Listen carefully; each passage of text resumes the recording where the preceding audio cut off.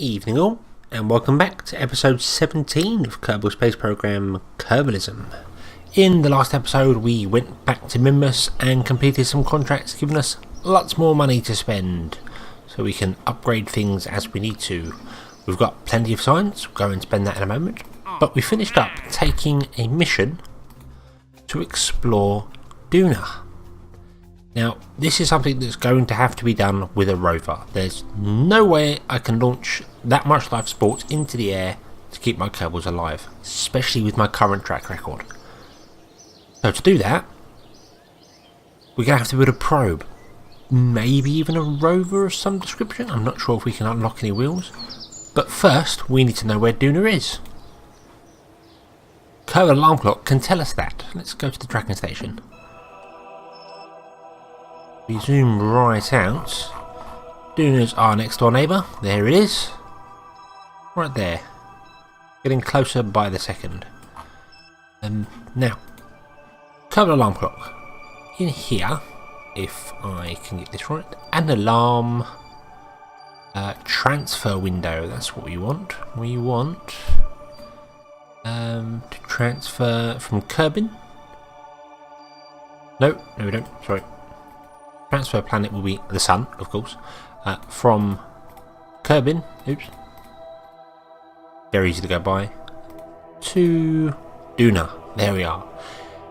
Up here you've got the transfer, can be calculated by model or formula. Now, for the first 101 years of the game, we're in year 1 at the moment, the model has been calculated. Everything's been laid out and set out, and the Kerbal alarm clock's got it all built in, so model's what you want to use. After year 101, when you're in year 102 or beyond, you want to use formula. That basically sets all the orbits to be completely circular and best guesses where the planets will be. You'll see that formula actually says it's 43 days away. Model says it's 62. So that means that obviously the formula best guesses and gives you a bit of a margin for error, so you don't have to worry about that too much. But seeing we're still in year 1, we're going to go with model. We don't need that to come around again, and I actually want to set this to 6 hours and 0 minutes. 6 hours is a Kerbin day, so that will give us 1 day beforehand to get ready. We obviously want the probe in orbit well before that, but seeing as we've got 61 days before that occurs, we could design our probe and maybe send it to the moon, or send it to Minmus or something for some testing out, just to see what we can do with it. Yeah, that seems like a good idea. The one thing that I do know we need to unlock... Oh, that was the wrong button. Go away, unlock.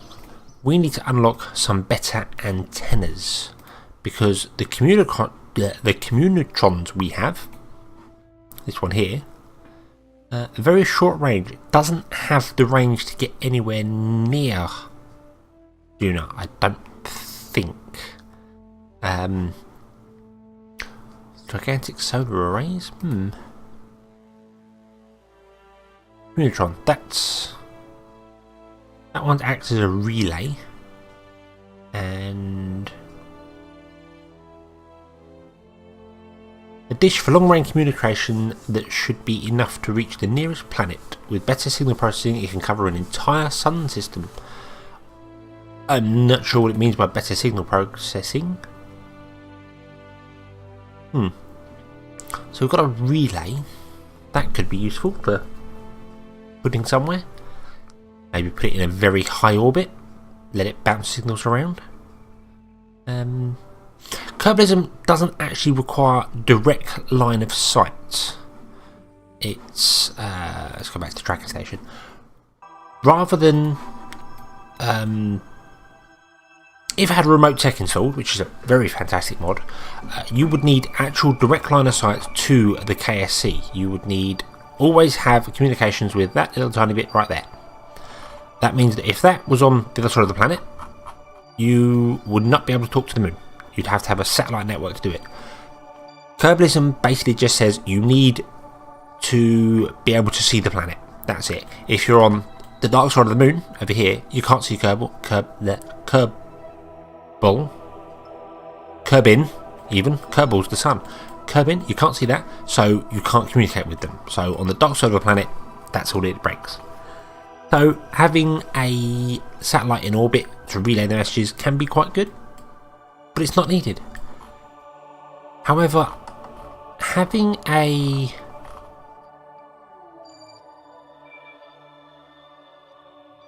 that other communitron perhaps on the vessel that would stay in orbit around Duna, if we had like a mother vessel that dropped the probe, that would be able to relay information even when you're on the dark side of the planet, but wouldn't.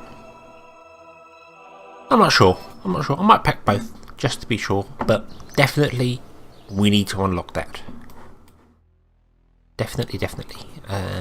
So let's use up a quarter of our science, or a third of our science, getting those. We've also got a seismic assembler. That means we can get more research from everywhere. What else have we got? What have we got that could be probe worthy? I'm thinking a little rover. That might be an idea. That's excessive for a rover.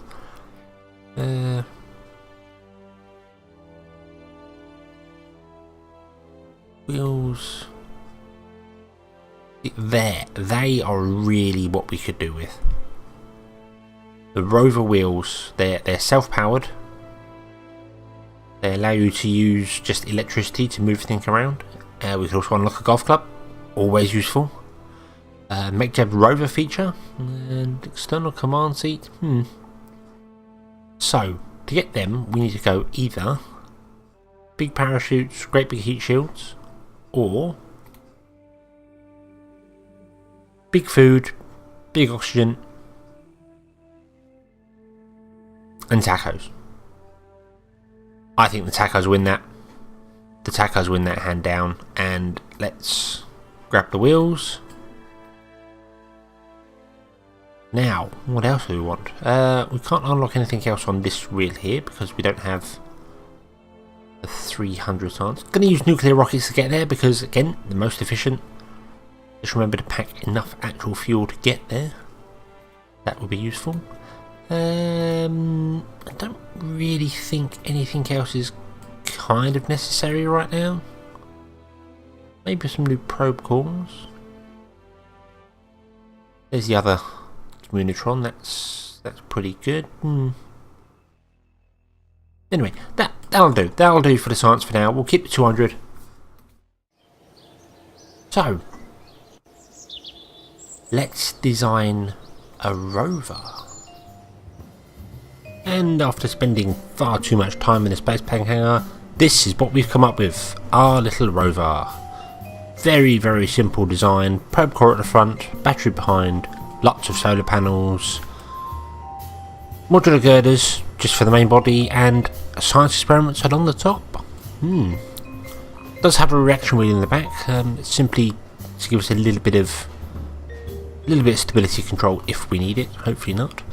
Didn't go with the very large rover wheels. Discovered they are a little overpowered. They tend to drain your batteries too quickly. These ones, they work very well. And also got a light in the front because, well, why not? The small aerial. Gonna have to put a larger dish on the deployment craft for this and leave it in Duna orbit because otherwise this won't be able to talk to Kerbin. But yeah, I think overall this is going to be pretty good. Docking port for some delivery version. These obviously come retracted. That's how it should start. So yeah, first and foremost, gonna take this to the moon or Minmus, not sure yet, and drive around there, give it a test. We've got 60 days before we've got a launch for Duna, so yeah, let's take it there and see what happens.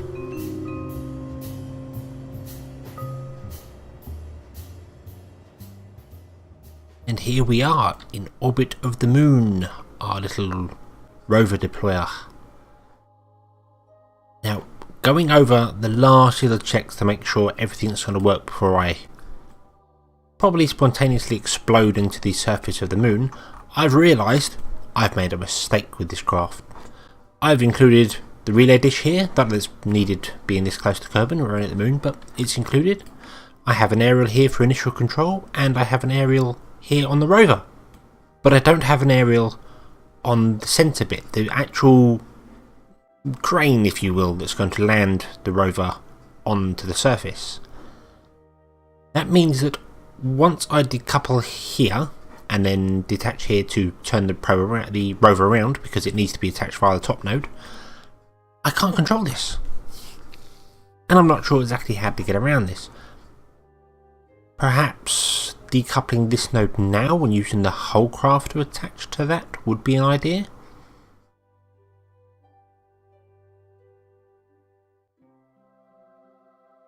The bit that's really gone kind of wrong with this is that once this is down on the surface of the moon, this centre bit here, the crane, I'll have to fire the engines, decouple the node, and it's going to go off on its own because I'll have no control of it.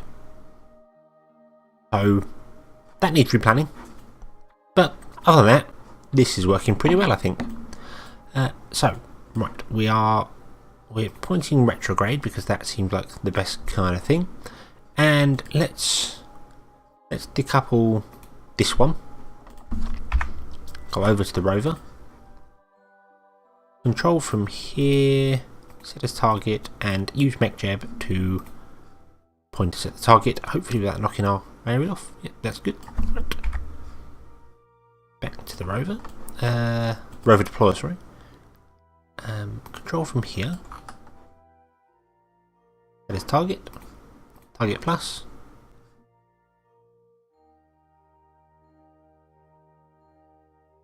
This is where it all gets very strange. I've already used up all the monopropellants in the large tank. I use that slowing down to get into orbit of the moon. So I'm going to have to do this with that little engine on the back.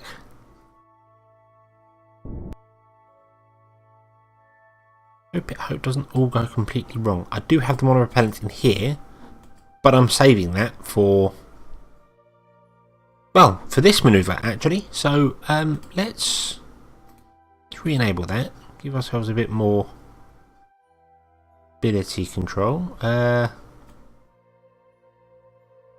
this is wobbling around everywhere, isn't it?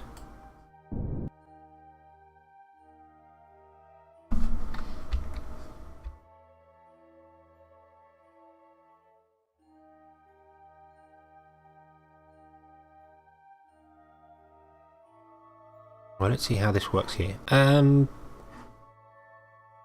It works surprisingly well. Well, I'm not going to argue about that.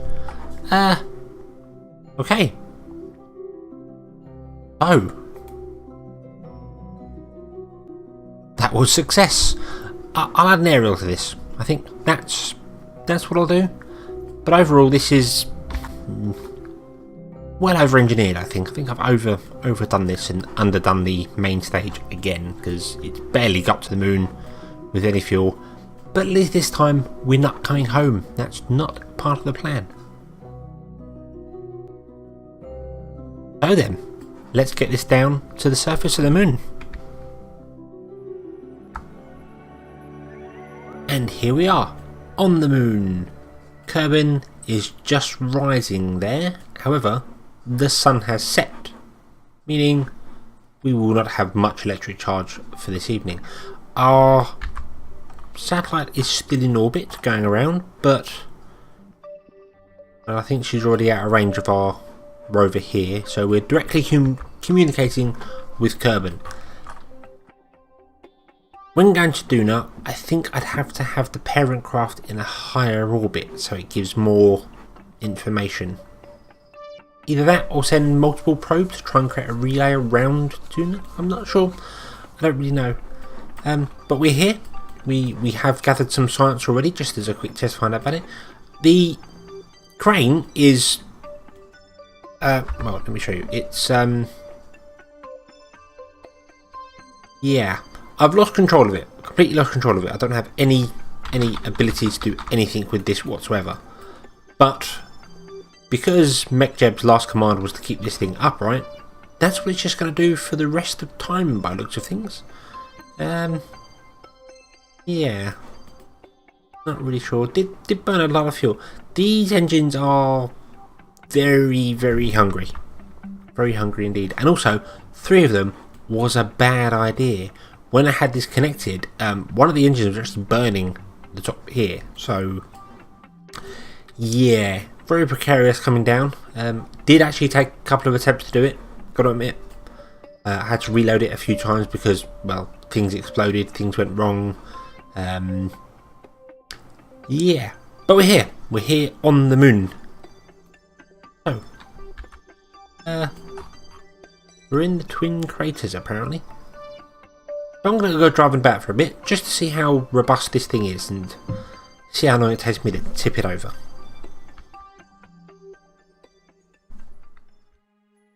So, after spending some time on the surface of the moon and playing with MechJeb's Rover waypoint system, which is quite interesting actually. You can literally just click on places you want it to go and the rover will drive there. It's quite interesting. However, we've arrived at our destination with some bits missing. We're missing a wheel, we're missing 2 very important solar panels, and most importantly of all, we're missing our aerial at the back. So although MechJeb still has control, we can't do anything with this rover. It's completely dead to us now.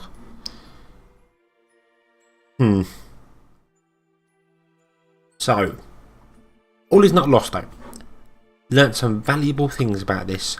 Firstly, the rover is a little unstable. It does need some extra... it does need some wider wheels, I suppose would be the best way to describe that. Spreading the wheels out a little bit more. The solar panels are the big flimsy bits on the side that break off very easily, so maybe replacing them with just larger solar panels down the side or the top of the craft. Yeah. And the third most important one, way back here, our descent probe, the deployer that actually deploys this onto the surface. That needs some work. That needs some serious work. It burns through its fuel too quickly. The engines, well,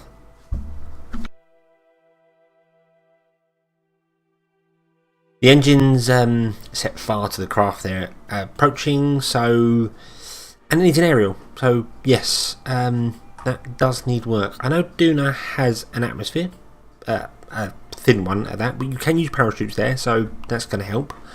But for now, this little rover, well, thank you. You've been fantastic, but I think we're going to have to leave you. Although, well, let's head to the North Pole. Let's do that. Let's go to North Pole. There we are. And you can see she's going to go through the planet. That would be quite interesting. But literally, you add a waypoint and you click follow, and the rover does its thing. It goes. MechJeb seems to ignore the fact that I no longer have control of the rover. So yeah, and of course the wonderful invisible borders and stability control. That's the thing that turns on the reaction wheel. Ooh, that's a long way down. That's what turns on the reaction wheel. So if you have reaction wheels, yes. Yes. In the infinite words of Scott Manley, it was going so well till it exploded.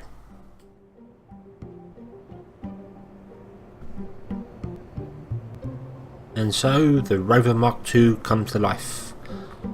This one, very simply, we've moved the not reaction control, what's that called? The inline reaction wheel, that's the one. We move that from the rear to the centre, gives us better overall performance. Stretch the wheels, lower the wheels, sorry, and curve them outwards slightly, just to give us a bit more stability there. And added the 2 large solar panels on the top, moving our sights to the back. That way, well, if it falls over, they're still going to break, but they won't be chipping on things as it leans. The aerial is cunningly placed inside. The great thing about these steel girders, you can put things inside them. Apparently through the reaction wheel as well, but, well, it works, so hey ho. And here we are, back on the slopes of Minmus with our new rover. Much easier to land here due to the lower gravity of Minmus. Did have an issue with the actual deployer. It's, after dropping the rover off, managed to pilot into the ground at full speed, so that's a bit doomed. Signal lost with the probe. Is that us or is that...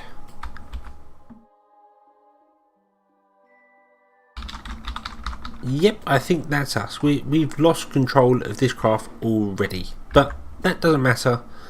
It just simply means that obviously we're being blocked by Kerbal there, and our mothership, as it would be, is out of range. And we've managed to get to our destination. This rover follows the waypoint system with MechJeb much better than the last one did. Didn't rock around, didn't really do anything major. It did fall over and roll over once, and that's apparently broken these two large panels on the top, which I didn't notice until I've just got here. So these two little panels obviously have been charging the whole thing all the way. So yeah, might have to change things up. I think we can unlock the other girders, the hexagonal ones, so perhaps something could be built, a framework could be built. I'm going to play with some rover designs off camera, do something over the weekend, something, yeah, I'm just going to play with them and see what I can get up to, because obviously this is all in preparation for our journey to Duna, which will happen in, well, should be about 50 days now. I think it's about 9 days to get to Minmus, so yeah, we're definitely getting close to it. I am still toying with the idea of installing RemoteTech. The way it currently works is the same sort of way RemoteTech does. It bounces the signal around if it's not close enough. So right now we've got direct line of sight to Kerbal, so we're all good. If we didn't, it would bounce off the rover deployer, which I've got the dish on that set to relay mode. So yeah, RemoteTech just it gives me the lines. It allows me to, there's a button along here that you can press which would show you exactly what you're getting at, exactly where things are bouncing around. It gives you contracts to create satellite networks, things like that. I've used it before, I liked it, but I didn't know whether it would fit with this one or not, whether I should just stick to Kerbalism. So let me know what you think. Do you think I should install RemoteTech and give that a go, or do you think I should just stick with things the way they are?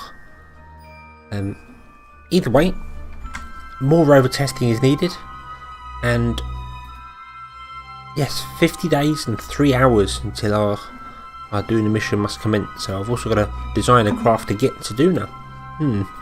That's going to be fun, especially with my track record. But of course, that would all have to wait. I do hope you've enjoyed this episode. I know not a great deal has happened on it, just testing rovers around, driving them about and things, but well, it's all preparation.